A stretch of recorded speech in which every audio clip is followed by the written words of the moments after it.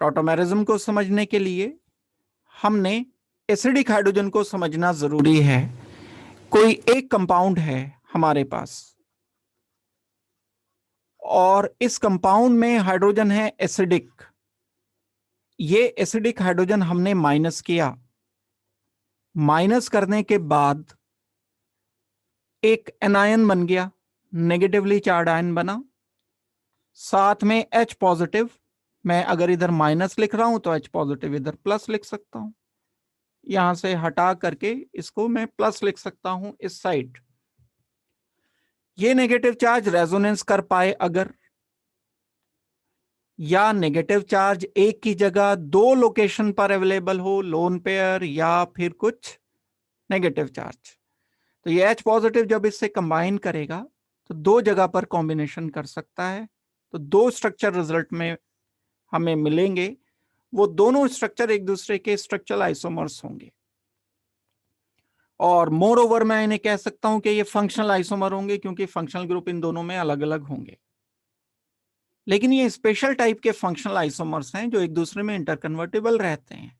तो हम एक नई डेफिनेशन दे सकते हैं टॉटोमेरिज्म की।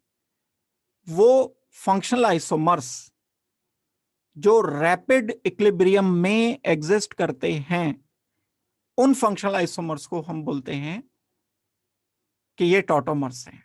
Tautomers are those functional isomers which exist in rapid equilibrium. अब ये अलग क्वेश्चन है कि वो कौन से फंक्शनल आइसोमर्स होते हैं जो रैपिड इक्विलिब्रियम में एग्जिस्ट करेंगे, हमें कैसे पता चलेगा? इसके लिए मैंने पहचान बताई थी लास्ट क्लास में आपको। दो टाइप के कंपाउंड होते हैं, एक जिसमें 1-2 पोजीशन पर हाइड्रोजन शिफ्ट हो जाता है, डायड सिस्टम वाले। एक जिसमें 1-3 पोजीशन पर हाइड्रोजन शिफ्ट होता है, कीटो इनॉल, जिसे हम ट्रायड सिस्टम बोल रहे होते हैं। जैसे HCN का एग्जांपल लो, HC ट्रिपल बॉन्ड N। ये बहुत वीक एसिड है, जब ये H अपना लूज कर देगा तो C triple bond N carbon पर नेगेटिव चार्ज ये आ जाएगा, यहां पर एक लोन पेयर रहेगा, H पॉजिटिव साथ है। अब H पॉजिटिव को थोड़ी देर के बाद अपनी गलती का एहसास होगा कि मैं यहां इसको छोड़ आया, तो ये वापस जाएगा जब तो कार्बन नेगेटिव पर जाएगा, लेकिन एक चांस इसे और मिला कि नाइट्रोजन के लोन पेयर पर भी ये आ जाए। तो दो चांस हैं बनने के कंपाउंड के। कार्बन नेगेटिव से H अगर कनेक्ट हो गया तो HCN वापस बन गया, यानी यही बन गया, रिवर्स हो गया। H पॉजिटिव नाइट्रोजन पर आ गया, C triple bond N and H आ गया, यहां पॉजिटिव यहां नेगेटिव। ये HNC को हम आइसोनाइट्राइल आइसोसाइनाइड बोल रहे होते हैं। ये दोनों यानी हाइड्रोजन यहां से उठकर नाइट्रोजन पर, नाइट्रोजन से उठकर कार्बन पर, ये मूव कर रहा है हाइड्रोजन। कहां मूव कर रहा है? Carbon nitrogen, nitrogen carbon. यही टॉटोमेरिज्म है। और ऐसा किस वजह से हो रहा है? ऐसा एसिडिक बिहेवियर की वजह से हो रहा है। यही काम हम शो कर सकते हैं किसी कीटोन में, एल्डिहाइड में, और भी दूसरे फंक्शनल ग्रुप्स होते हैं, उन सब में ये काम हम शो कर सकते हैं। तो मैं आपको ये बता रहा था कि ये आइसोमेरिज्म हम टॉटोमेरिज्म कीटो इनॉल फॉर्म में भी कर सकते हैं या नाइट्रो टाइप के कंपाउंड में भी कर सकते हैं। दो एग्जाम्पल देखो जो हम रिपीट कर रहे हैं, पिछली क्लास में हम इनको पढ़ चुके हैं। ये एल्डिहाइड या कीटोन में एसिडिक हाइड्रोजन एक H ये अपनी जगह छोड़कर अगर ऑक्सीजन पर आ जाए और यहां डबल बॉन्ड में रिप्लेस कर दूं तो नया एक टॉटोमर मिलेगा। वो नया टॉटोमर इन ऑल कहलाएगा। यहां हम लिख देंगे इन carbon double bond carbon and OH। Double bonded carbon पर OH ग्रुप प्रेजेंट है तो फंक्शनल ग्रुप अलग हो गया और एल्डिहाइड फंक्शनल ग्रुप अलग है, तो दोनों ये आइसोमर एक साथ मौजूद होंगे। जब भी कीटोन होगा, जब भी एल्डिहाइड होगा जिसमें अल्फा हाइड्रोजन है, तो एक इनॉल जरूर होगा। वो चाहे नेग्लिजिबल हो, चाहे वो 0.0001% हो, लेकिन होगा जरूर साथ। ये दोनों इकट्ठे एग्जिस्ट करते हैं। यही टॉटोमेरिज्म है। और जब ये फंक्शनल ग्रुप अलग अलग हो गए तो बिल्कुल मुझे अधिकार है इनको कहने का कि मैं फंक्शनल आइसोमर बोल दूं इनको। अगर स्ट्रक्चर नंबर 1 स्ट्रक्चर नंबर 2 में आपको बोला जाए चेक करने के लिए, तो आप कहोगे इसमें अल्कोहल है, इसमें एल्डिहाइड है, तो आप बिल्कुल बोलोगे कि ये दो फंक्शनल आइसोमर हैं, लेकिन स्पेशल टाइप के फंक्शनल आइसोमर हैं जो एक दूसरे में इंटरकन्वर्टेबल हो रहे हैं। हमने एल्डिहाइड के साथ इनॉल लिया नहीं था, लेकिन जहां एल्डिहाइड होगा वहां इनॉल जरूर थोड़ा बहुत पाया जाएगा, खुद से कन्वर्ट हो जाएगा, इसलिए हम इसको बोलेंगे कि ये टॉटोमेरिज्म है। तो टॉटोमेरिज्म स्पेशल टाइप का फंक्शनल आइसोमेरिज्म है जिसमें दो फंक्शनल आइसोमर्स एक दूसरे के साथ रैपिड इक्विलिब्रियम में एग्जिस्ट करते हैं, ये है टॉटोमेरिज्म। जरूरी नहीं कि एल्डिहाइड एंड कीटोन में ही हो, नाइट्रो का एग्जांपल बताया था, साइनाइड का एग्जांपल बताया था। साइनाइड HCN में तो 1,3 1,2 शिफ्ट होता है, लेकिन CH3CN है, अगर इसमें एसिडिक हाइड्रोजन सपोज करते हैं मौजूद है, ये है, तो ये हाइड्रोजन उठ करके नाइट्रोजन पर आ जाएगा, नाइट्रोजन पर आएगा, वो रीजन है उसका, H हटा, कार्बन पर नेगेटिव आया, negative charge resonance lone pair to pi delocalisation कर सकता है, नाइट्रोजन पर नेगेटिव आ जाएगा, वो पूरा प्रोसीजर चलो मैं एक बार करके और बता देता हूं। कार्बन नेगेटिव बन गया, H है, C ट्रिपल बॉन्ड N है, इसने रेजोनेंस कर लिया, जब रेजोनेंस इसने कर लिया तो ये नेगेटिव चार्ज नाइट्रोजन पर आकर के बैठ गया, C double bond C double bond N negative, यहां पर H गलत लगा दिए मैंने, कार्बन लिए थे ये, तो कार्बन ही रखने पड़ेंगे मुझे इन पोजीशंस पर, यहां कार्बन एंड कार्बन लिखूंगा, मैं कार्बन एंड कार्बन लिख दूंगा।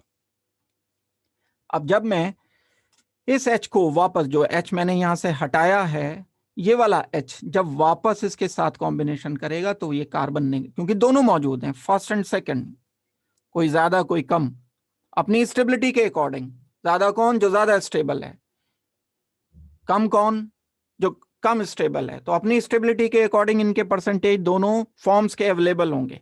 H पॉजिटिव कार्बन पर अगर आ जाए तो दोबारा से यही बन जाएगा, CH CH3 C triple bond N।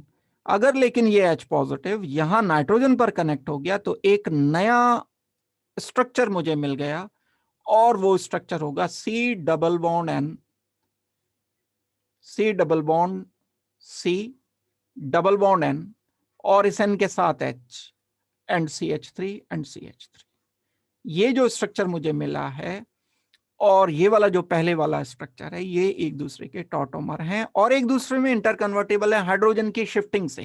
ये हाइड्रोजन यहां से उठा इधर आ गया, यहां से उठा इधर आ गया, 1,3 माइग्रेशन या 1,3 शिफ्ट, यही जो डेफिनेशन में लिखाया था, ये बात समझनी है। अब जो क्वेश्चंस आते हैं रिकॉग्नाइजेशन के लिए, कुछ क्वेश्चन मैंने लास्ट क्लास में जैसे कराए भी थे आपको, वैसे ही क्वेश्चन आते हैं, तो वो क्वेश्चन मैं और आपको करने के लिए दे रहा हूं, क्या ये मॉलिक्यूल टॉटोमेरिज्म शो करेगा। मेरा आपसे बड़ा सिंपल सा क्वेश्चन है, क्या फिनॉल टॉटोमेरिज्म शो करेगा? फर्स्ट, सेकंड, क्या ये जो मॉलिक्यूल मैं सामने लिख रहा हूं इसको टॉटोमेरिज्म शो करना चाहिए? थर्ड, क्या ये मॉलिक्यूल जो मैंने सामने लिखा है इसको टॉटोमेरिज्म शो करना चाहिए? फोर्थ, इस मॉलिक्यूल को क्या टॉटोमेरिज्म शो करने का अधिकार है?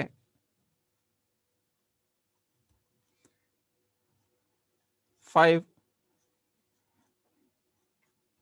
बेंजाइल लिया मैंने CH2 CHO, क्या ये टॉटोमेरिज्म शो कर सकता है? ये वो क्वेश्चन है जो आपके एग्जाम में आते हैं, बस वहां ऑप्शन दिए होंगे, मैंने ऑप्शन नहीं दिया, वहां ऐसा होगा 4 लिख करके दे दिए, which of the following can show tautomerism, which of the following can show keto enol isomerism, या which of the following can show desmotropism, इस टाइप के क्वेश्चंस आपको मिल सकते हैं। तो जल्दी से मुझे आंसर करके बताओ इनके।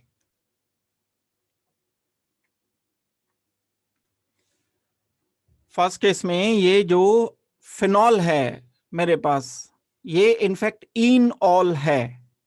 इनऑल क्या होता है? कार्बन डबल बॉन्ड कार्बन पर अगर OH ग्रुप लगा होता है तो इसको ही तो इनऑल कहते हो। तो यहां देखो carbon double bond carbon OH, तो ये टॉटोमेरिज्म शो करेगा। Yes, answer is yes.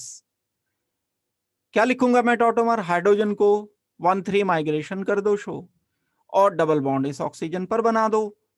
ये सीखना पड़ेगा आपको। मैं कार्बन डबल बॉन्ड ऑक्सीजन इधर लिख दूं, और यहां पर ये गलत लिख दिया मैंने, double bond.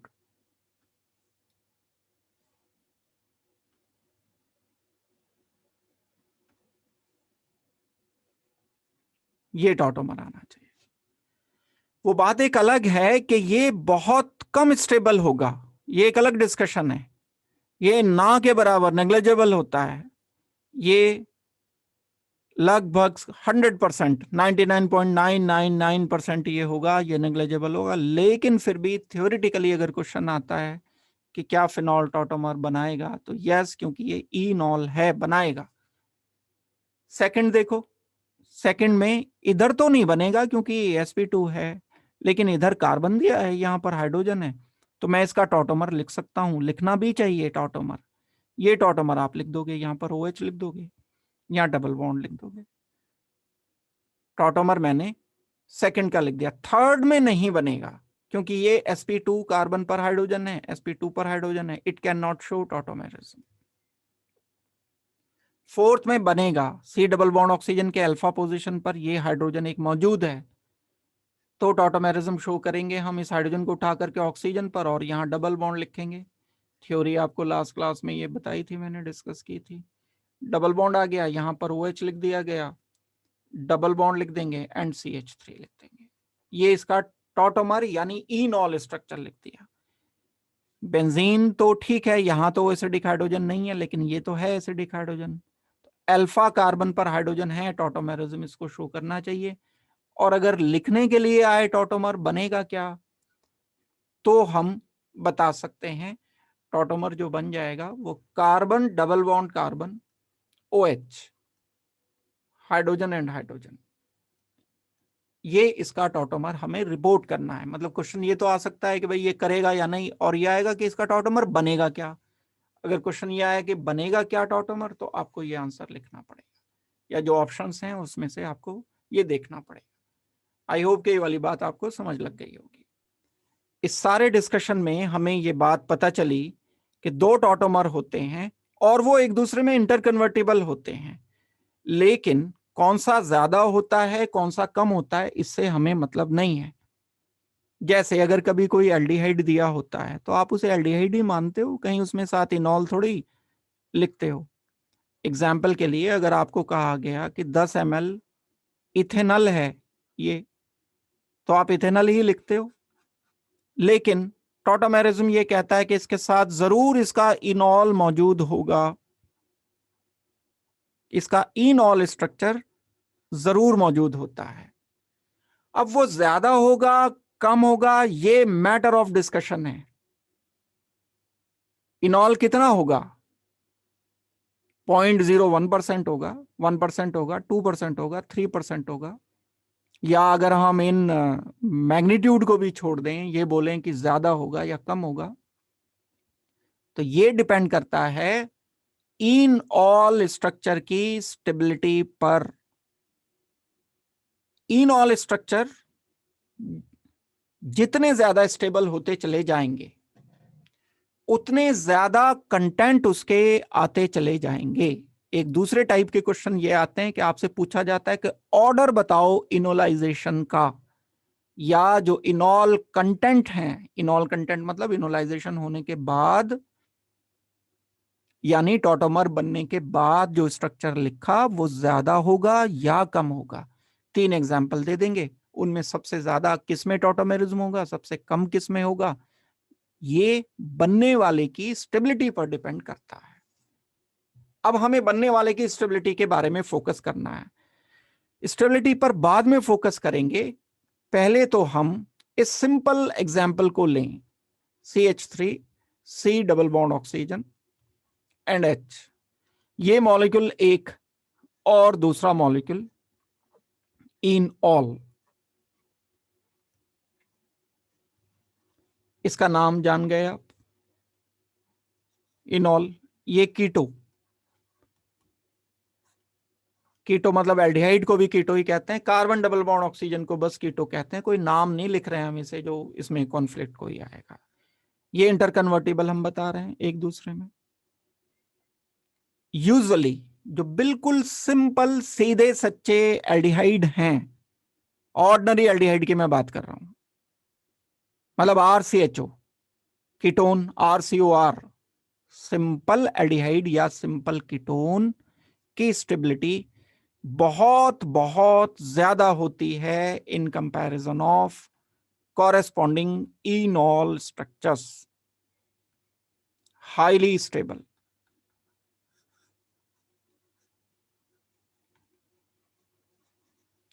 Very less stable, कारण बताऊंगा अभी। ये बात तब तक की है जब तक इसमें कुछ एक्स्ट्रा चीज आकर के कनेक्ट नहीं हुई है। नॉर्मल एल्डिहाइड मतलब प्लेन एल्डिहाइड, RCHO की बात हो रही है, कुछ और ग्रुप नहीं लगाया मैंने। लेकिन अगर हम इसकी स्टेबिलिटी की बात करते हैं कि क्यों ज्यादा स्टेबल है, तो उसका जिम्मेदार है ये कार्बन डबल बॉन्ड ऑक्सीजन। इसकी स्टेबिलिटी की बात करते हैं कि ये कम स्टेबल क्यों है, तो इसका जिम्मेदार है कार्बन डबल बॉन्ड कार्बन। इसकी bond energy, carbon double bond oxygen की बॉन्ड एनर्जी काफी ज्यादा होती है। कार्बन डबल बॉन्ड ऑक्सीजन है हाई बॉन्ड एनर्जी, BE मतलब bond energy, bachelor of engineering नहीं। कार्बन डबल बॉन्ड कार्बन की बॉन्ड एनर्जी कम होती है, लेस, इसके कंपैरिजन में लेस बॉन्ड एनर्जी। तो ये बॉन्ड स्ट्रांग होने की वजह से ये इक्विलिब्रियम हमने परफेक्टली ठीक नहीं लिखा हुआ है। सचमुच में अगर हम इसे चेक करेंगे तो ये रिवर्स डायरेक्शन में ज्यादा होगा, फॉरवर्ड डायरेक्शन में ये कम होगा, ऐसा कुछ होगा। इस साइन का मीनिंग आप समझते हो, यानी इसके कंटेंट, कीटो के कंटेंट ज्यादा हैं, इनॉल के कंटेंट काफी कम है, नेग्लिजिबल है। तो हम बोलेंगे कि इनॉल फॉर्म नेग्लिजिबल पाई जाती है, जीरो नहीं है, नेग्लिजिबल का मतलब होगी जरूर, और ये मैक्सिमम है। मतलब अगर मैंने 100 मॉलिक्यूल लिए हैं तो हो सकता है 99 मॉलिक्यूल एल्डिहाइड के हों और एक मॉलिक्यूल इनॉल का हो। ये तो 1% ले लिया, 1% भी बहुत है, उससे भी बहुत कम होता है, 0.001%। अब जैसे जैसे इस इनॉल की किसी दूसरे कारण से स्टेबिलिटी बढ़ती चली जाएगी, ये इक्विलिब्रियम छोटा छोटा छोटा छोटा होता चला जाएगा, रिवर्स डायरेक्शन में कम होता चला जाएगा, फॉरवर्ड में ज्यादा होता चला जाएगा। और कोई स्टेज ऐसी आ सकती है कभी कभी, बहुत रेयर होता है वो रेयर वाले 2-3 एग्जांपल्स होंगे, वो मैं अभी बता दूंगा आपको। कभी कभी ऐसा होता है कि इनॉल कंटेंट एक्सक्लूसिव हो जाते हैं, 100%, 99% इनॉल है, कीटो ना के बराबर है, इतनी ज्यादा स्टेबिलिटी मिल जाती है। तो अब हम उन फैक्टर्स पर आते हैं। ये तो मैंने बता दिया आपको कि कीटोन क्यों ज्यादा स्टेबल है, इनॉल क्यों कम स्टेबल है। बहुत सारे कारण हैं, उसमें से सबसे बड़ा कारण बताया बस मैंने, और भी कारण है जिसकी जरूरत थी कारण की वो बताया। एक सबसे बड़ा कारण है कि कार्बन डबल बॉन्ड ऑक्सीजन की बॉन्ड डिसोसिएशन एनर्जी ज्यादा होती है, कार्बन डबल बॉन्ड कार्बन की बॉन्ड एनर्जी कम होती है, जिसकी वजह से इसके कंटेंट हाई होंगे, ये ज्यादा होगा, ये कम होगा।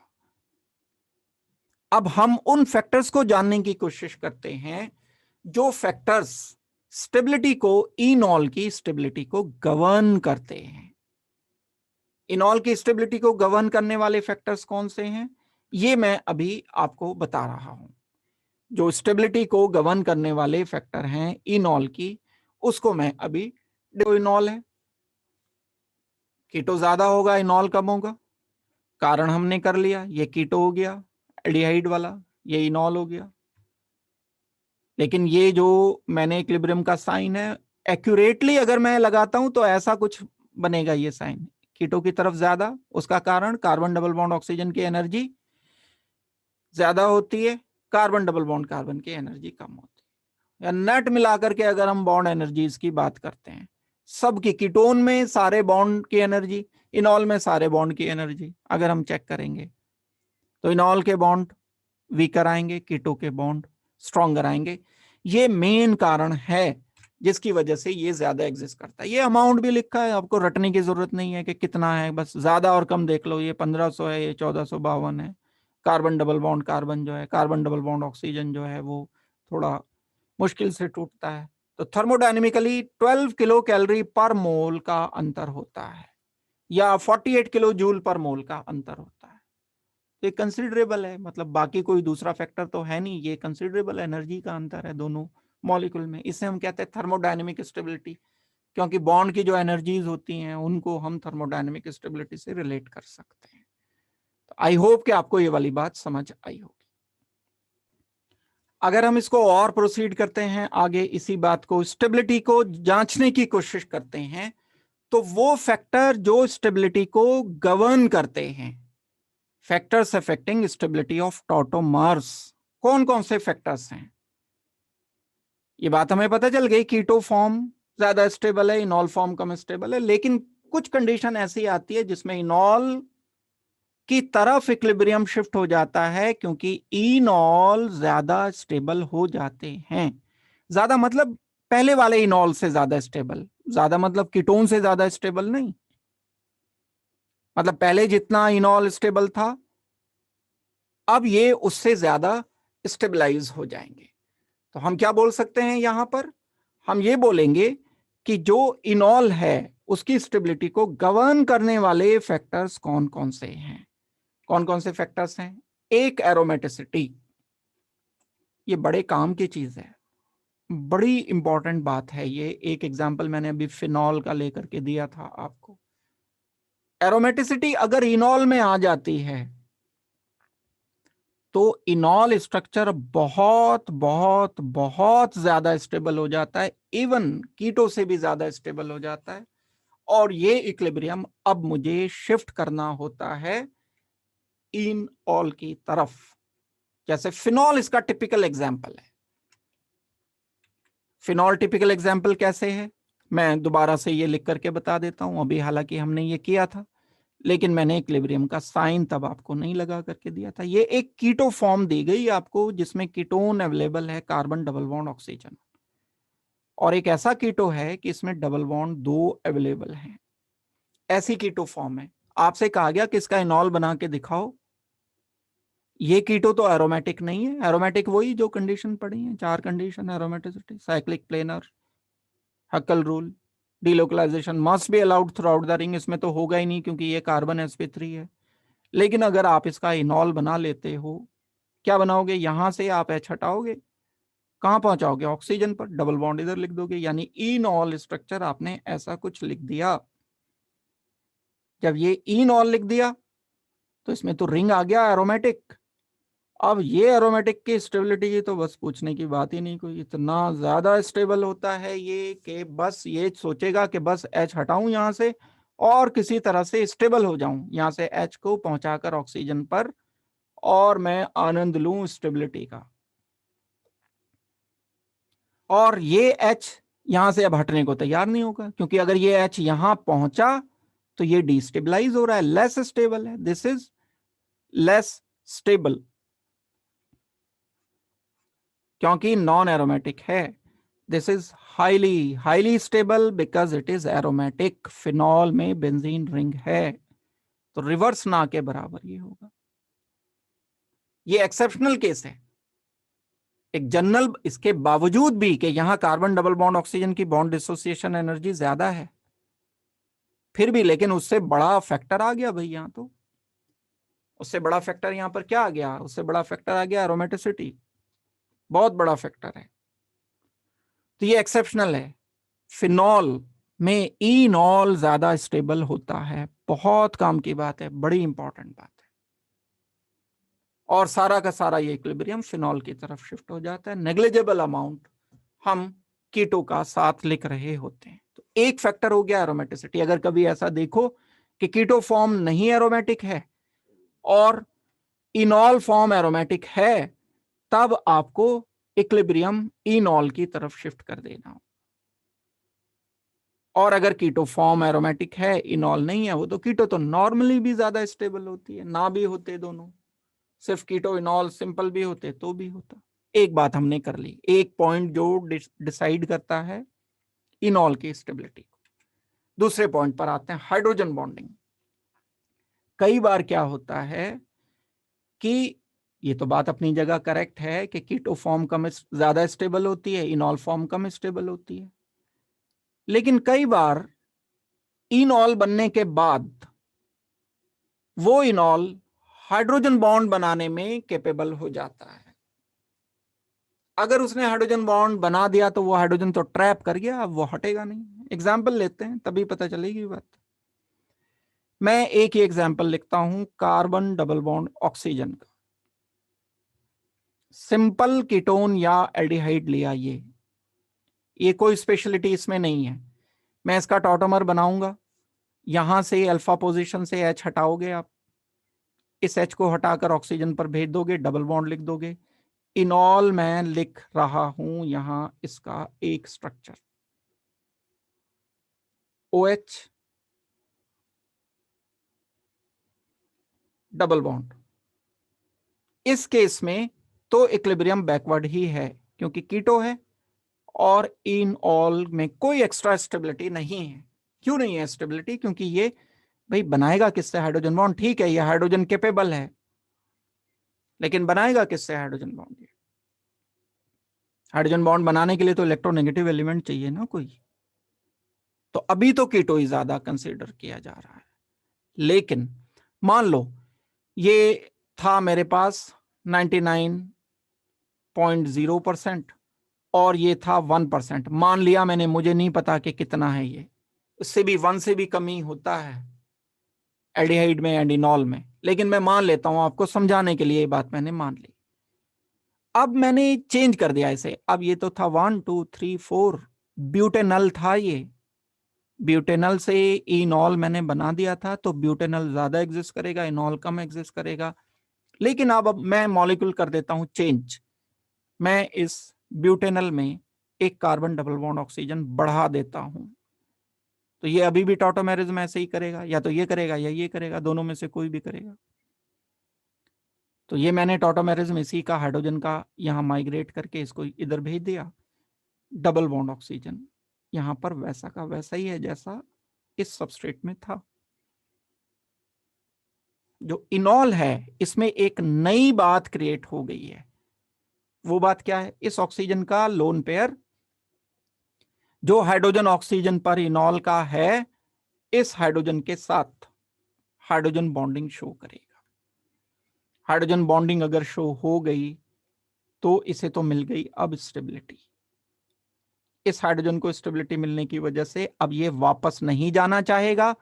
मींस ये रिवर्स जितना हो रहा था उतना नहीं होगा। अब हो सकता है पहले तो ये 1% बन रहा था, अब ये 5% बन जाए, 10% बन जाए, और इसके अब मॉलिक्यूल इक्विलिब्रियम पर 99 की जगह हो सकता है ये 90% रहे और ये 10% बढ़ जाए।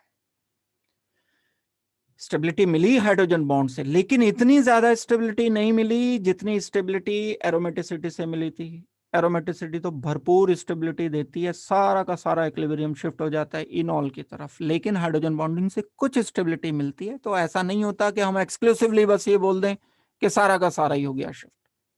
तो वो वाला काम तो बस एक जगह करना है कि एक्सक्लूसिव इनॉल तो सिर्फ फिनॉल में लिखने हैं, बाकी में बस पहले के कंपैरिजन में कुछ ज्यादा कंटेंट बन गए, ये बात सोच करके लिखना। ये हाइड्रोजन बॉन्डिंग क्या करती है?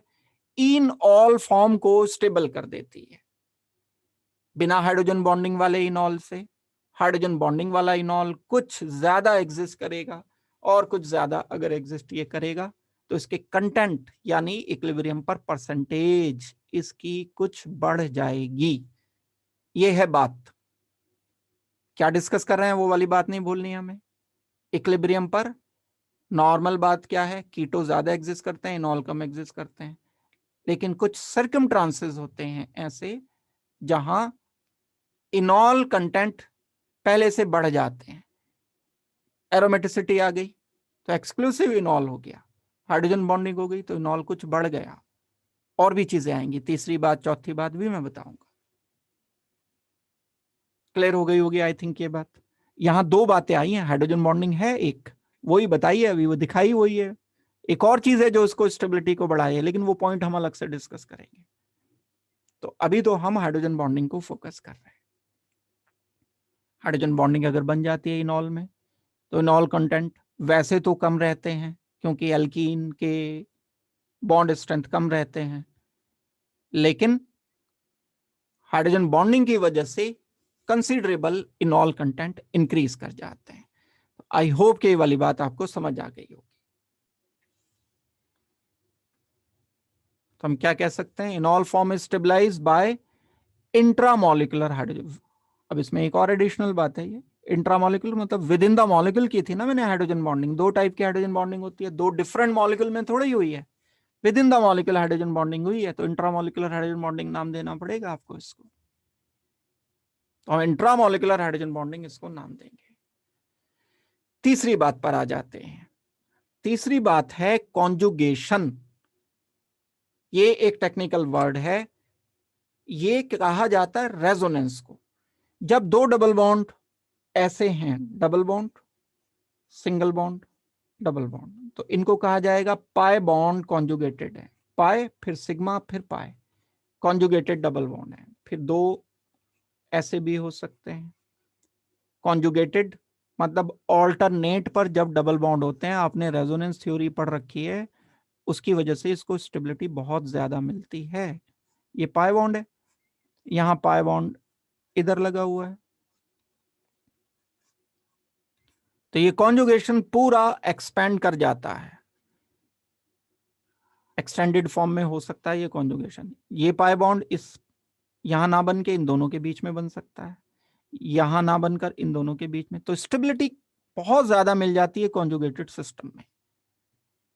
कॉन्जुगेटेड सिस्टम क्या होगा, ये जो सामने लिखा है। क्या नहीं होगा कॉन्जुगेटेड, ये कॉन्जुगेटेड नहीं है, ये वाला पाई बॉन्ड इसके साथ कनेक्टेड नहीं है, रेजोनेंस नहीं कर पाएगा, क्योंकि एक बीच में ये वाला जो कार्बन है, ये अनहाइब्रिडाइज्ड ऑर्बिटल इसके पास नहीं है जो इन्वॉल्व कर ले रेजोनेंस में। रेजोनेंस के बेसिक्स हैं सारे। तो कॉन्जुगेटेड सिस्टम हम किसे कहते हैं, जब दो डबल बॉन्ड ऑल्टरनेट पर आ जाएं, double single double, conjugated system है। ये कॉन्जुगेटेड नहीं है, इसको कॉन्जुगेटेड सिस्टम नहीं बोलोगे, इसको कॉन्जुगेटेड सिस्टम नहीं बोलोगे, ये वाला कॉन्जुगेटेड नहीं है सिस्टम, ये कॉन्जुगेटेड सिस्टम है। जब कभी किसी इन ऑल में कॉन्जुगेटेड सिस्टम बन जाता है, तो उसमें रेजोनेंस बढ़ जाता है। रेजोनेंस बढ़ जाएगा तो क्या होगा, स्टेबिलिटी बढ़ जाएगी। इनॉल बनाया आपने, इनॉल में देखा कि कॉन्जुगेशन आ गया, कॉन्जुगेटेड सिस्टम हो गया, कॉन्जुगेटेड सिस्टम हो गया तो रेजोनेंस बढ़ेगा, रेजोनेंस बढ़ेगा तो स्टेबिलिटी बढ़ जाएगी। यही वाला एग्जांपल मैं दोबारा लिख रहा हूं जो अभी लिखा था, कार्बन डबल बॉन्ड ऑक्सीजन, ये एक कीटो स्ट्रक्चर है। H लिख दो या CH3 लिख दो, मर्जी है आपकी, यहां पर H भी लिख सकते हो, यहां पर भी H लिख दो, डिफरेंट ले लेता हूं, चलो ये उससे अलग एग्जाम्पल हो गया, उसमें मैंने यहां CH3 लिखा था। अब मैं क्या करता हूं, इसका एक इन ऑल बनाता हूं, एक का बनाता हूं, कीटो को इसको छोड़ दिया ऐसे ही, हाइड्रोजन, यहां से मैंने हाइड्रोजन को माइग्रेट करके 1 से 3rd पोजीशन पर, पूरी बात समझने के लिए पिछली क्लास जो हुई थी उसे बैठ बैठ करके लिखना था, अगर 2 घंटे 3 घंटे नहीं लगाए फिर मेरे साथ जो है सिंक्रोनाइजेशन नहीं बन पाएगा जहां जहां मैं बोल रहा हूं बातें। अब अगर आपने बैठ के लिखा ही नहीं उसे, या ये मोमेंट हाइड्रोजन के प्रॉपरली नहीं किए हैं, तो फिर मेरी बात जितनी मैं समझाना चाह रहा हूं उतनी नहीं समझा पाऊंगा आपको। ऑक्सीजन, हाइड्रोजन, ये टॉटोमर बना लिया, यहां हाइड्रोजन। अब एक बात हम इसमें डिस्कस कर चुके कि हाइड्रोजन बॉन्डिंग आ गई थी, ये पॉइंट तो हो गया, intramolecular hydrogen bonding, intra with in the molecule. दूसरी बात कॉन्जुगेशन भी है, इसी सेम मॉलिक्यूल में double bond single bond, double bond, ये इतना कॉन्जुगेशन है, इतनी बात अगर आप सोचते हो तो यही तो कॉन्जुगेशन है, और क्या है। डबल सिंगल डबल बॉन्ड जो होते हैं वो कॉन्जुगेटेड सिस्टम होते हैं। तो इसमें ना सिर्फ हाइड्रोजन बॉन्ड है इस ऑक्सीजन हाइड्रोजन में, साथ के साथ इसमें एक कॉन्जुगेशन भी है। तो इसको तो एक और तरफ से स्टेबिलिटी मिल रही है। वो जो हमने 90 एंड 10 कर दिया था, हो सकता है अब हम 80 एंड 20 कर दें। यानी दो कारण से इसे स्टेबिलिटी मिल रही है इन ऑल को। एरोमेटिसिटी सबसे बड़ा कारण है, उसके बाद रेजोनेंस है, उसके बाद है हाइड्रोजन बॉन्डिंग, और हाइड्रोजन बॉन्डिंग से भी कुछ कम चीजें हैं, वो भी अभी हम डिस्कस कर लेंगे। एक चीज और है, वो और मुझे बतानी है, स्टेबिलिटी डिसाइड करने वाले फैक्टर्स। तो कॉन्जुगेशन जहां हो जाता है वहां इनॉल ज्यादा बनते हैं, इनॉल कंटेंट कंपैरेटिवली ज्यादा होते हैं। एक फोर्थ पॉइंट और है, एक है सब्स्टिट्यूशन। इस पॉइंट को छोड़ो, एल्कीन पर, पुराने ज्ञान पर पहुंचो, अपने एल्कीन की स्टेबिलिटी पर आओ। हमने कभी पढ़ा होगा, बड़ी पुरानी बात है, long long ago, once upon a time. अब इसके बाद मैं ये नहीं बोलूंगा कि देयर वाज ए किंग। इसके बाद मैं ये बोलूंगा कि हमने पढ़ा था क्लास 11 में कि जो एल्कीन होते हैं वो मोर एल्काइलेटेड एल्कीन ज्यादा स्टेबलाइज होते हैं। ये एल्कीन एक सिंपल एल्कीन है, इसमें हाइड्रोजन हाइड्रोजन हाइड्रोजन इथीन। अब इसमें सब्स्टिट्यूशन कर दिया मैंने। सब्स्टिट्यूशन करने का क्या मतलब है, मैंने इसमें एल्काइल ग्रुप बढ़ा दिए, एक एल्काइल, दूसरा एल्काइल, तीसरा एल्काइल। ये एल्कीन की स्टेबिलिटी को बढ़ाते हैं। ये अपने आप में एक अलग डिस्कशन है, एल्कीन की स्टेबिलिटी। कभी अगर आपको एल्कीन की स्टेबिलिटी पर बेस्ड क्वेश्चन आए तो आपको क्या करना होगा, तो आपको बताना होगा एल्कीन जिसमें कम एल्काइल ग्रुप लगे होते हैं वो कम स्टेबल होता है। जैसे जैसे एल्काइल ग्रुप की संख्या बढ़ती चली जाती है ये स्टेबिलिटी बढ़ती चली जाती है। इससे ज्यादा CH3 CH डबल बॉन्ड, यहां मैंने पहले से ही 2 लगा दिए तो इस बार 3 लगा देते हैं इसमें, CH3 और इससे भी ज्यादा स्टेबलाइज होगा ये वाला, क्योंकि इसमें कार्बन पर CH3 CH3 CH3 CH3। जैसे जैसे हम एल्काइल ग्रुप की संख्या बढ़ाते चले जाते हैं डबल बॉन्ड पर, ऐसे ऐसे एल्कीन ज्यादा स्टेबल होते चले जाते हैं। बहुत सारे कारण हैं स्टेबिलिटी के, इंडक्टिव इफेक्ट भी कारण होता है, हाइपर कॉन्जुगेशन भी कारण होता है। रीजन जो है वो हाइपर कॉन्जुगेशन भी है, रीजन जो है वो इंडक्टिव इफेक्ट भी है। ये बात हो गई हमारी एक सब्स्टिट्यूशन की। तो अब मैं इसे अप्लाई करूं, ये तो मैं सिंपल प्योर एल्कीन की बात कर रहा हूं, एल्कीन की स्टेबिलिटी की बात कर रहा हूं, लेकिन जो इन ऑल होता है उसमें भी तो एल्कीन होता है भाई। तो उसमें भी जो एल्कीन है उसकी भी स्टेबिलिटी में चेक करूंगा। इनॉल की स्टेबिलिटी भी एल्कीन की स्टेबिलिटी से चेक की जा सकती है। तो अब आप देखो, 2 एग्जाम्पल अलग अलग मैं लेता हूं। जैसे हमें कहा जाए अगर कि C double bond oxygen CH3 C and C and C, ये मेरे पास एक कीटोन है। आपको क्वेश्चन दिया गया कि राइट इट्स टॉटोमर, तो आप कीटोन देखोगे, फंक्शनल ग्रुप, मल्टीपल बॉन्ड, आप कहोगे यस है। आप कहोगे अल्फा कार्बन पर हाइड्रोजन, आप कहोगे हैं, है नहीं, हैं। एक ये वाला अल्फा कार्बन है, यहां पर भी हाइड्रोजन है। 2 इनॉल बनाऊंगा मैं इसके, दोनों इनॉल लिख लेते हैं हम। पहले वाला जब मैं इनॉल बनाऊंगा तो कुछ ऐसा बनेगा, carbon double bond carbon OH and CH3 CH3। जब मैं दूसरे वाला इनॉल बनाऊंगा तो यहां से इस पोजीशन से H को 1,3 शिफ्ट करके बनाऊंगा।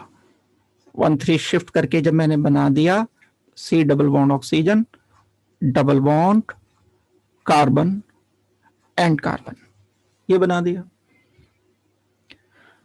अब इसमें हाइड्रोजन बॉन्डिंग तो है नहीं भाई, कॉन्जुगेशन तो इसमें है नहीं भाई, फिर क्या चीज है इसमें? है सब्स्टिट्यूशन। सब्स्टिट्यूशन का अंतर है दोनों में। स्ट्रक्चर 1 में इस डबल बॉन्डेड कार्बन पर तो कोई भी अल्काइल ग्रुप नहीं है, 2 हाइड्रोजन है। इस डबल बॉन्डेड कार्बन पर एक अल्काइल ग्रुप है, एक OH तो होना ही है। दूसरे में देखते हैं सब्स्टिट्यूशन। सेकंड एल्कीन में डबल बॉन्डेड कार्बन पर, ये मैंने गलत लिख दिया भाई, सॉरी, माफ कर देना, गलती हो गई। यहां पर लिखना पड़ेगा मुझे H, चलो ग्रीन से ही लिख देता हूं। ये तो डबल बॉन्ड मैंने जो का तू छोड़ दिया ना, ये H आएगा। जब मैं इसको H को इधर माइग्रेट करूंगा तो पाई बॉन्ड इधर भी तो आ जाएगा ना। तो मुझे अब एल्काइलेशन देखना है। जब एल्काइलेशन में देखूंगा तो इस डबल बॉन्डेड कार्बन पर, कार्बन डबल बॉन्ड कार्बन पर एक अल्काइल ग्रुप ये है, एक अल्काइल ग्रुप ये है, एक अल्काइल ग्रुप ये है, तो ये है ट्राई सब्स्टिट्यूटेड।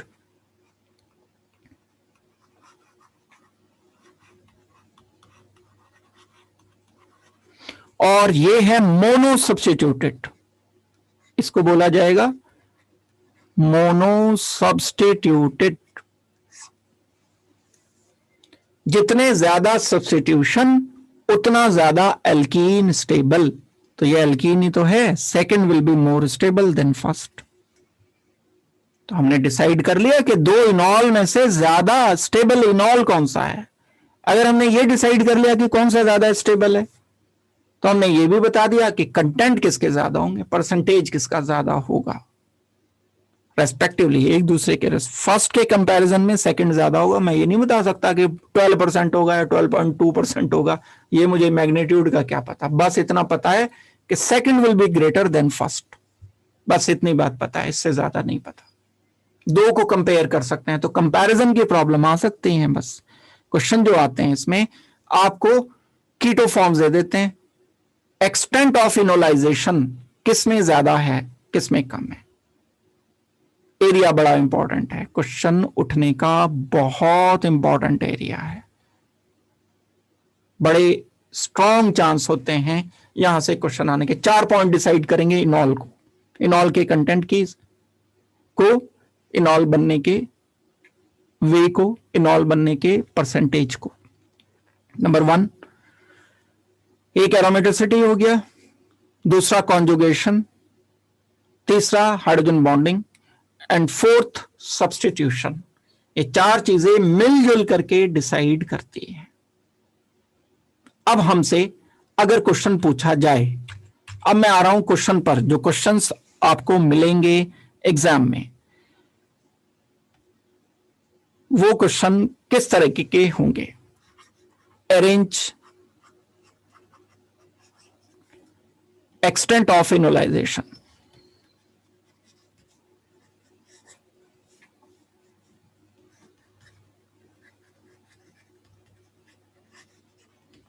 ये थोड़ी शॉर्ट कर दी मैंने इस चक्कर में, ये थोड़ा सा हो सकता है आपको लगे। Arrange the following in their extent of enolisation, ये रहेगा।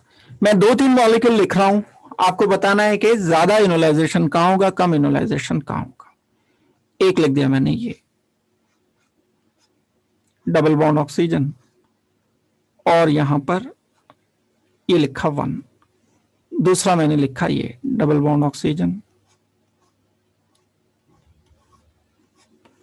थर्ड मैंने लिख दिया एक ऐसा।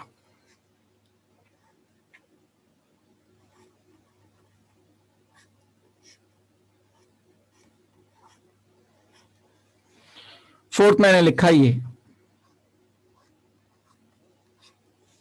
फिफ्थ मैंने लिख दिया ऐसा कुछ।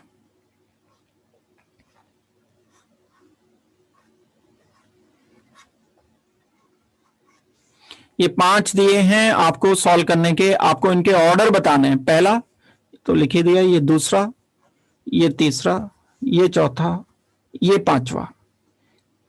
क्या लिखना है ऑर्डर? सबसे ज्यादा एनोलाइजेशन कहां, उससे कम, उससे कम, उससे कम, सबसे कम। जल्दी से 30 सेकेंड्स दे दिए गए आपको, इसका मुझे सॉल्यूशन बताओ क्या होगा। जब हम इस टाइप की प्रॉब्लम को सॉल्व करते हैं तो हमें स्टेबिलिटी के लिए एक ऑर्डर ध्यान रखना है हमेशा। वो ऑर्डर क्या है? सबसे ज्यादा स्टेबिलिटी में कंट्रीब्यूशन देता है एरोमेटिसिटी। अगर कोई एरोमेटिसिटी शो कर रहा है तो वो सबसे ज्यादा स्टेबल हम बोल देंगे। उसके बाद दूसरे नंबर पर आएगा कॉन्जुगेशन। रेजोनेंस जितना ज्यादा है, pi bond, sigma bond, pi bond alternate पर आ गए, कॉन्जुगेशन हो गया, स्टेबिलिटी बढ़ गई। तीसरे नंबर पर आएगा हाइड्रोजन बॉन्ड।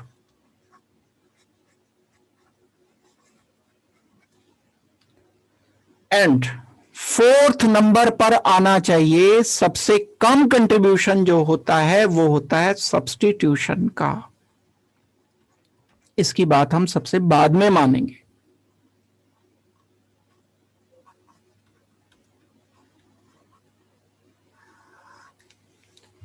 यहां सब्स्टिट्यूशन किसी में बहुत ज्यादा अंतर पड़ भी नहीं रहा है, और अगर पड़ भी रहा है तो उसकी बात हम सबसे आखिरी में मानेंगे। तो एरोमेटिसिटी हमें मिल रही है 1 में, तो 1 को डिक्लेयर करेंगे हम सबसे ज्यादा स्टेबलाइज्ड इनॉल कंटेंट।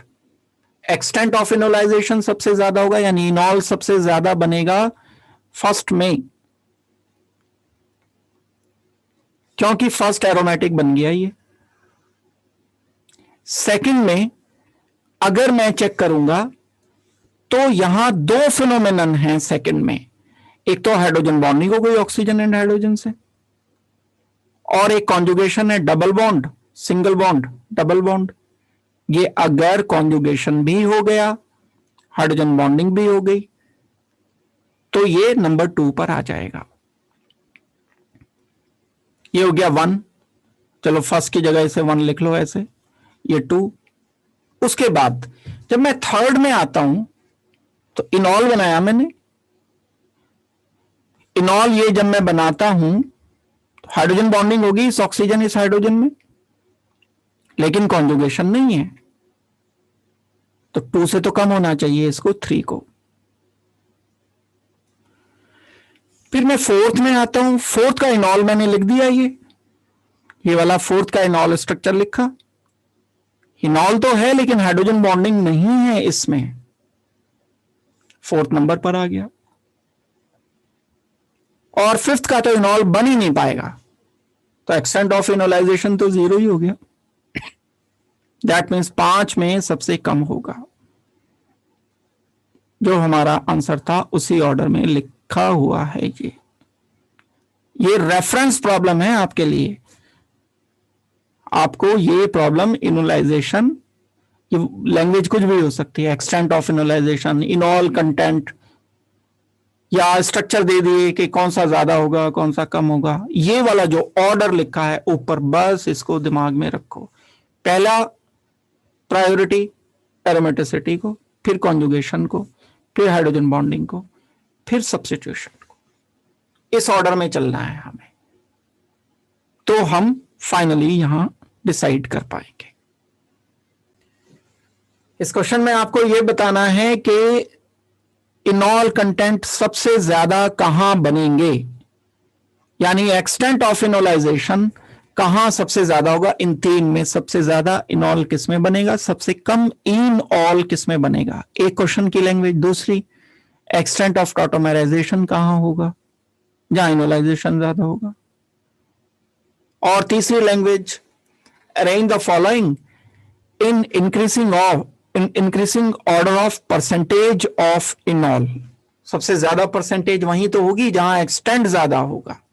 तो अलग अलग तरह से ये हो सकता है।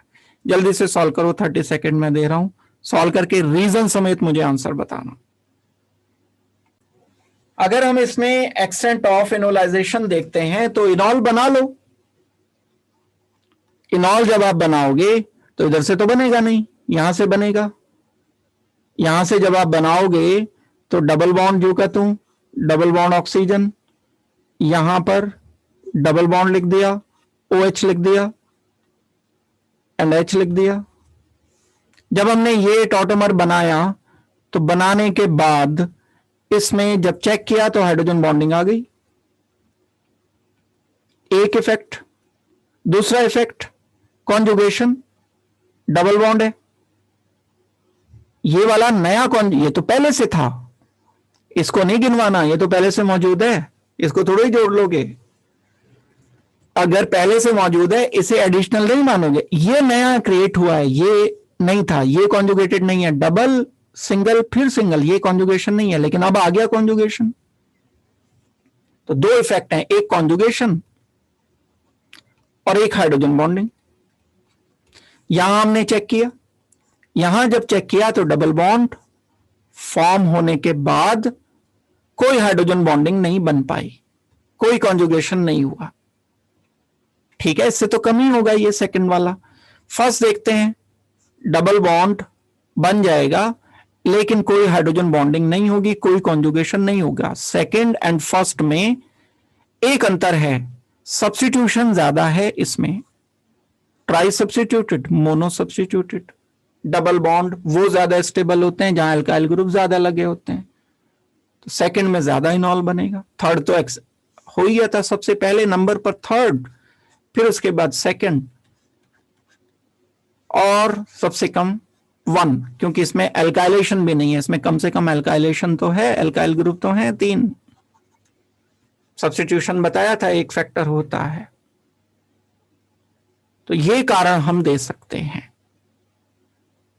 इनोलाइजेशन का एक कारण हमने डिस्कस कर लिया। और देखो इसके बाद जब हम टॉटोमेरिज्म को और आगे बढ़ाते हैं तो कुछ और ग्रुप्स हैं। ये 4 फैक्टर्स मैंने बता दिए थे, aromaticity, conjugation and hydrogen bonding and substitution. कुछ जो ग्रुप्स होते हैं उनका भी अपना इफेक्ट होता है, जरूरी नहीं है कि अल्काइल ग्रुप। सब्स्टिट्यूशन तो मैंने अल्काइल का किया है अभी, अल्काइल के अलावा भी तो कोई ग्रुप्स हो सकते हैं टॉटोमेरिज्म शो करने के लिए। कैसे? बड़े इंपॉर्टेंट एग्जाम्पल हैं, ये भी फ्रीक्वेंटली पूछे जाने वाले एग्जाम्पल हैं।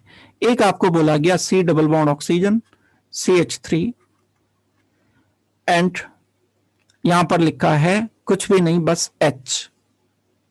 दूसरा एक एग्जाम्पल दिया गया CH3, C double bond oxygen, H की जगह लिख करके दे दिया OCH3, एस्टर है सीधा सीधा। अब जो प्रिंसिपल है हमारा, स्कूल वाला नहीं उसूल जो है हमारा वो क्या है, जब यहां से हम H माइग्रेट करेंगे ऑक्सीजन पर, C double bond C, OH, H, बना दिया टॉटोमर। टॉटोमर तो यहां भी बनेगा, CH2, COH, double bond OCH3। इन दो में कंपैरिजन करना है। ये ग्रुप अपने आप में गड़बड़ क्रिएट करने वाला ग्रुप है। अगर हम बात करते हैं ऐसे किसी ग्रुप की जिसमें लोन पेयर प्रेजेंट हैं और वो कार्बन डबल बॉन्ड ऑक्सीजन के साथ लगे हुए हैं, तो ये ग्रुप प्रॉब्लमेटिक ग्रुप है। ये इनोलाइजेशन को सप्रेस करता है, नहीं होने देता है। कोई भी ग्रुप जिसमें लोन पेयर है, ये लोन पेयर वाले ग्रुप की बात कर रहा हूं मैं, इट सप्रेस इनोलाइजेशन।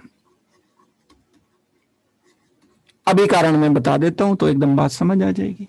थोड़ा सा रेजोनेंस में जाना पड़ेगा, हमें डिटेल में जाना पड़ेगा। ये हमने कैसे किया, देखो ऐसे किया, यहां से H हटाया, H हटाने के बाद नेगेटिव चार्ज बना इस पर, ये negative charge C double bond oxygen के साथ रेजोनेंस कर पाया, ये पुराने जिनको रेजोनेंस क्लियर नहीं है उनके लिए ये बातें बड़ी मुश्किल होंगी, समझ नहीं आएंगी। तो डीलोकलाइजेशन क्लियर करो। डीलोकलाइजेशन लोन पेयर का, पाई बॉन्ड का, ये हम पहले बड़ी डिटेल से अच्छी तरह से सारा क्लास में डिस्कस कर चुके हैं। ये डीलोकलाइजेशन हमने कर दिया, हो गया डीलोकलाइजेशन। इसमें कोई रुकावट नहीं है, कोई नहीं रोक रहा है इस नेगेटिव चार्ज को यहां रेजोनेंस कर देने से। आजाद है, ये फ्री है मूव करने के लिए, डीलोकलाइज होने के लिए। अच्छा डीलोकलाइजेशन है, बढ़िया डीलोकलाइजेशन है। लेकिन अगर ये काम मैं यहां करता हूं, CH2 नेगेटिव, H हटाया यहां से, वही एसिडिक हाइड्रोजन, जब मैं H हटाऊंगा तो कार्बन पर चार्ज बन जाएगा आपका नेगेटिव। ये कार्बन डबल बॉन्ड ऑक्सीजन के साथ डीलोकलाइजेशन देने के लिए तैयार है, बिल्कुल रेजोनेंस करेगा, ये डीलोकलाइजेशन होगा। लेकिन ये जो ग्रुप यहां पर बैठा हुआ है OCH3, ये आदमी है खतरनाक। ये इसके इस डीलोकलाइजेशन में रुकावट क्रिएट करेगा। कैसे रुकावट क्रिएट करेगा? ये कहेगा कि मुझे भी डीलोकलाइजेशन करना है, मैं भी हूं, मेरा भी हिस्सा है, डीलोकलाइजेशन होगा। अगर आप lone pair sigma pi delocalisation सोचते हो, carbon double bond oxygen OCH3 कहीं पर, तो डीलोकलाइजेशन हम बिल्कुल कर सकते हैं। ये डीलोकलाइजेशन हुआ, ये हुआ। लेकिन इस कार्बन डबल बॉन्ड ऑक्सीजन पर तो पहले वाला ये पहले से ये हो रहा है, तो ये एक दूसरे को सप्रेस करेंगे। ये बिल्कुल ऐसी बात है जैसे एक गेट है छोटा सा, एक आदमी के निकलने का रास्ता है और दो आदमी इकट्ठे यहां पर एक साथ पार होना चाहते हैं। एक बार में एक जा सकता है, डीलोकलाइजेशन जो होगा एक बार में एक का होगा। अगर ये डीलोकलाइजेशन यहां करेगा C डबल बॉन्ड ऑक्सीजन पर, तो ये नहीं कर सकता। और अगर इसने किया डीलोकलाइजेशन तो ये नहीं कर सकता। अब इसके साथ तो नहीं का टैग लग गया, इसके साथ तो नहीं का टैग नहीं लगा हुआ है, इसके साथ तो डीलोकलाइजेशन फ्री है, आजाद है, ये कभी भी कितना भी डीलोकलाइज कर सकता है। लेकिन जब ये डीलोकलाइज करना चाह रहा है तब ये इसको सप्रेस कर रहा है। जो वर्ड मैंने लिखा है सप्रेशन, तो ये सप्रेस करने वाले ग्रुप हैं। अगर सप्रेस करने वाला ग्रुप है तो नेगेटिव चार्ज को नहीं बनने देना चाहेगा ये। और अगर नेगेटिव चार्ज नहीं बनेगा तो इनोलाइजेशन नहीं होगा। तो बहुत सारे ग्रुप्स ऐसे होते हैं जो नेगेटिव चार्ज के डीलोकलाइजेशन को सप्रेस करते हैं और वो इनोलाइजेशन नहीं होने देते। अगर आपसे कभी क्वेश्चन पूछ लिया जाए कि इनोलाइजेशन किसमें ज्यादा होगा, एल्डिहाइड में या एस्टर में, तो आप प्लेन सा आंसर करोगे कि एल्डिहाइड में इनोलाइजेशन ज्यादा होगा, क्योंकि एस्टर का OR ग्रुप कार्बन नेगेटिव के रेजोनेंस को होने देने में अड़चन अड़ाएगा। क्यों? क्योंकि वो भी खुद भी चाहता है कि वो कार्बन डबल बॉन्ड ऑक्सीजन के पाई बॉन्ड से खुद भी वो रेजोनेंस करे। इसको बोलते हैं हम क्रॉस कॉन्जुगेशन, क्रॉस रेजोनेंस। बहुत सारे टाइप के क्रॉस रेजोनेंस में से एक टाइप का ये क्रॉस कॉन्जुगेशन है, क्रॉस रेजोनेंस है। क्या क्रॉस रेजोनेंस अलग से बता दूंगा अभी और डिटेल से लिख करके। प्रॉब्लम को पहले यहां पर क्लियर कर लो। प्रॉब्लम क्या क्लियर हो गई? जब भी कभी इस कार्बन डबल बॉन्ड ऑक्सीजन के साथ कोई ग्रुप ऐसा लगा हुआ है जिसके पास लोन पेयर है, बस एक रिकॉग्नाइजेशन कर लो, लोन पेयर वाला कोई ग्रुप अगर लगा हुआ मिल गया, तब आपको यह कहना है कि अब ये अड़चन क्रिएट करेगा। कैसे अड़चन करेगा? वो जब कार्बन नेगेटिव बनेगा, ये नेगेटिव को रेजोनेंस करने देने से ये लोन पेयर सप्रेस करेगा, रोक लेगा। इस फिनोमिनन को हम बोलते हैं कि ये क्रॉस कॉन्जुगेशन है। एस्टर में इनोलाइजेशन कम होगा, एल्डिहाइड में इनोलाइजेशन ज्यादा होगा। आई होप कि ये वाली बात समझ आई होगी। तो हम कहां एक्सटेंट ऑफ इनोलाइजेशन देंगे? एल्डिहाइड में ज्यादा, यानी 1 में ज्यादा, सेकंड में कम। अब इसी पर बेस प्रॉब्लम में कराऊंगा, 1 में ज्यादा, सेकंड में कम।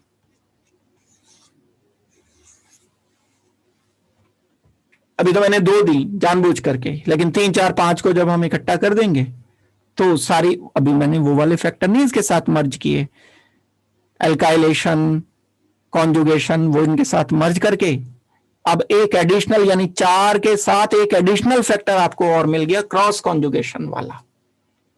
दोबारा से बता देता हूं क्रॉस कॉन्जुगेशन क्या होता है। ये मैं हटा रहा हूं। क्रॉस कॉन्जुगेशन जो होगा, क्या होगा, ऐसा कोई conjugation, carbon double bond oxygen पर अगर कार्बन नेगेटिव रेजोनेंस कर रहा है, H है ये, ऐसा ही कोई और ग्रुप है जिसमें डबल बॉन्ड ऑक्सीजन पर H की जगह ऑक्सीजन का लोन पेयर ये रेजोनेंस कर सकता है, बिल्कुल कर सकता है। इस बार नेगेटिव चार्ज ने नहीं किया, तो मैं बोलूंगा कॉमन है ये कार्बन डबल बॉन्ड ऑक्सीजन। जब ये डिलोकलाइजेशन होगा, जब ये डिलोकलाइजेशन होगा इधर, तब ऑक्सीजन का लोन पेयर नहीं हो सकता। दोनों में से एक बार में डिलोकलाइजेशन करेगा। दैट मींस ये दोनों एक दूसरे के डिलोकलाइजेशन को सप्रेस कर रहे हैं। कार्बन नेगेटिव के डिलोकलाइजेशन को ये सप्रेस कर रहा है, इस ऑक्सीजन के लोन पेयर के डिलोकलाइजेशन को ये कार्बन नेगेटिव सप्रेस कर रहा है। लेकिन हमें तो इससे मतलब है, क्योंकि H तो यहां से हटना है। एसिडिक हाइड्रोजन तो यहां से हटकर टॉटोमेराइजेशन करता है, तो जब ये हटेगा ही नहीं, क्योंकि ये स्टेबल नहीं होगा, तो हटेगा नहीं तो इनोलाइजेशन सप्रेस कर जाएगा।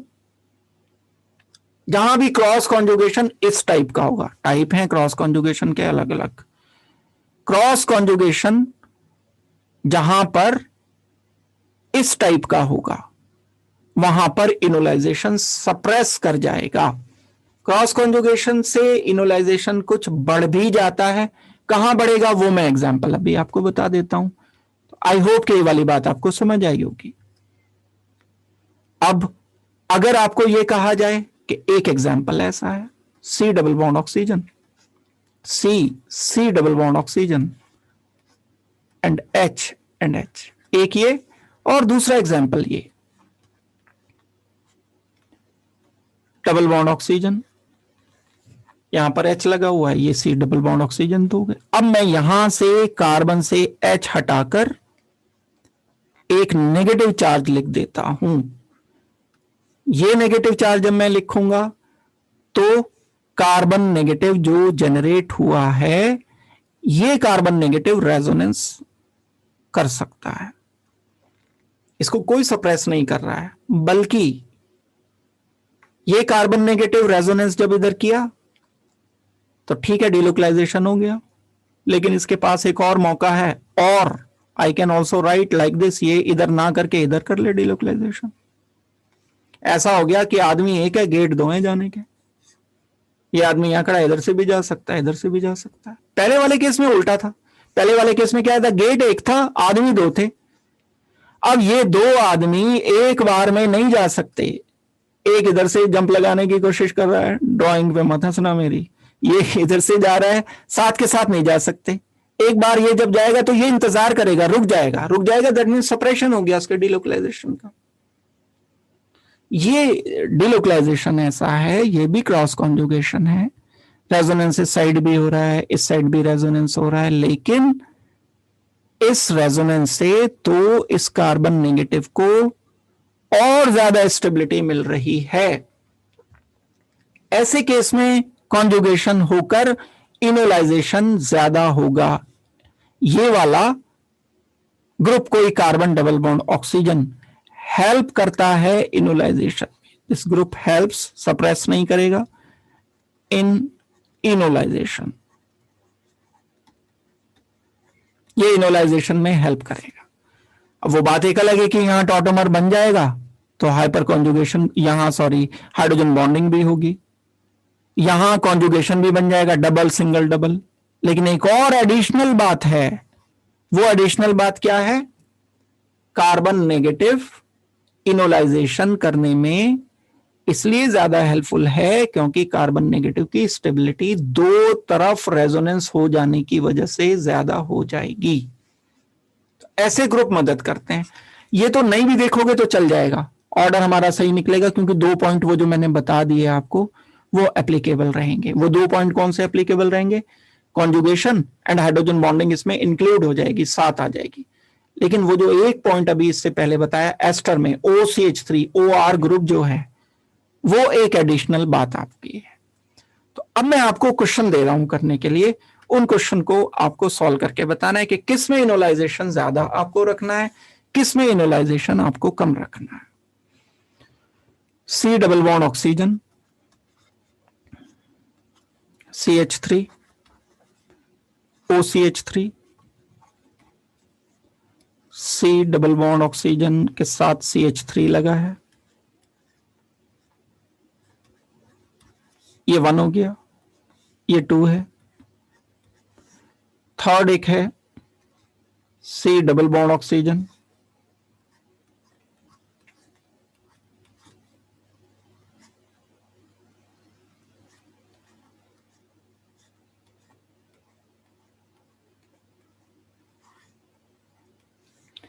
फोर्थ एक है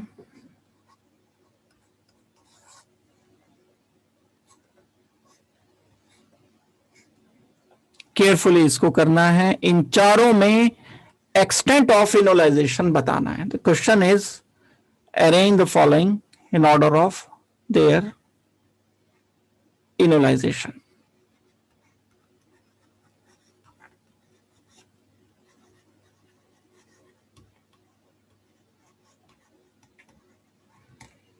जल्दी से करके बताओ, इसको 30 सेकंड में दे रहा हूं करने के लिए। देखो इसमें जो आंसर आ जाएगा हमारा, सबसे ज्यादा इनोलाइजेशन होगा 4 में, उससे कम होना चाहिए थर्ड में। मैं आंसर बता रहा हूं, पहले एक्सप्लेन तो मैं कर ही दूंगा इसे, फिर होगा सेकंड में, और सबसे कम इनोलाइजेशन होना चाहिए फर्स्ट में। फर्स्ट ही बचता है। फर्स्ट में सप्रेशन है, H हटाओगे, जब यहां डबल बॉन्ड बनाओगे तो ये लोन पेयर क्रॉस कॉन्जुगेशन करके इसको सप्रेस करता है। OCH3 ग्रुप जो है इनोलाइजेशन को सप्रेस करेगा। एक बात, यहां कोई सप्रेशन नहीं है, यहां सप्रेशन तो नहीं है लेकिन और स्टेबिलिटी मिल रही है क्योंकि सब्स्टिट्यूशन ज्यादा है। जब डबल बॉन्ड यहां बना दोगे तो अल्काइल ग्रुप आ जाएंगे, इससे इसको स्टेबिलिटी मिल जाएगी। जितने ज्यादा सब्स्टिट्यूशन, जितने ज्यादा अल्काइल ग्रुप, उतना ज्यादा इनॉल स्टेबल। और यहां तो बात ही अलग है, यहां तो कॉन्जुगेशन भी है, हाइड्रोजन बॉन्डिंग भी है, इसलिए 4 सबसे ज्यादा इनोलाइजेशन बता रहे हैं हम। फिर थर्ड, फिर सेकंड, फिर 1, ये ऑर्डर रहेगा हमारा इनोलाइजेशन का। आई होप कि ये वाली बात आपको समझ लगी होगी। तो मैं समझता हूं आज की क्लास में बस इतना ही हम कर पाएंगे। अगली क्लास में optical isomerism and geometrical isomerism, और फिर जब ऑप्टिकल ज्योमेट्रिकल हो जाएगा तो सारी प्रॉब्लम कंबाइन करके, अभी हमने इसमें ऑप्टिक टॉटोमर्स के साथ ऑप्टिकल को मर्ज नहीं किया, स्ट्रक्चरल के साथ ऑप्टिकल को मर्ज नहीं किया। हम तो ऑप्टिकल कर रहे हैं, अब टॉटोमेरिज्म कर रहे हैं तो टॉटोमेरिज्म कर रहे हैं, अब हम पोजिशनल कर रहे हैं तो पोजिशनल कर रहे हैं। जो कंबाइंड प्रॉब्लम बनती है वो लास्ट में जब हम पूरा कर लेंगे ये, तो प्रॉब्लम्स हो जाएंगी, कर पाएंगे। चलो वेल, बताओ आप, किसी को कोई प्रॉब्लम है तो पूछ लो। आज की क्लास हो गई पूरी है।